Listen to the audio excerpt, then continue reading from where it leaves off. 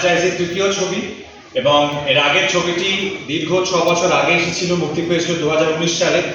2025-এর আজকে এই সময় যে ছবিটা মুক্তি পেল, এটা আগের বছর শুট করা আমাদের, এবং আমরা চেষ্টা করেছি যে আগের যে দুটি ছবি ছিল জকের ডন ফ্র্যাঞ্চাইজি, জকের ডন এবং সাগরদ্বীপে জকের ডন, তার থেকে যেন আরো অনেকটা বড় ক্যানভাসে হয়। সেটা কি হয়েছে? দেখতে ভালো লেগেছে?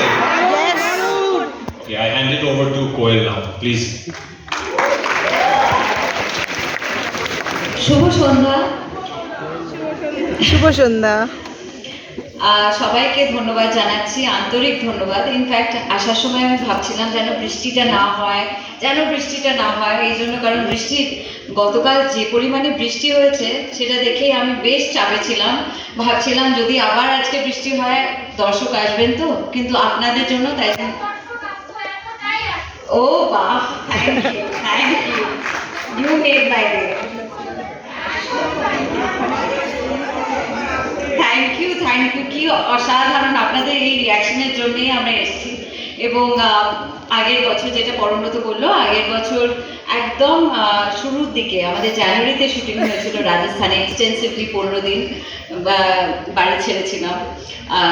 কিন্তু আমরা সিনেমা করি, পরিশ্রম করি, কষ্ট করি, সবটাই আপনাদের জন্য করি, আপনাদের মনোরঞ্জনের জন্যই করি, আপনাদের কথা ভেবেই করি।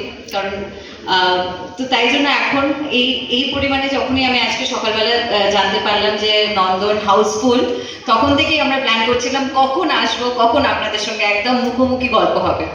থ্যাংক ইউ সো মাচ, আপনাদের প্রত্যেককে অনেক ধন্যবাদ। আপনারা এসেছেন, আপনাদের যদি ভালো লাগে প্লিজ বলবেন আপনাদের ফ্যামিলির লোকেদের, বন্ধু বান্ধবদের প্লিজ বলবেন যদি যেন ওনারা আসেন ছবিটা দেখেন। Thank you.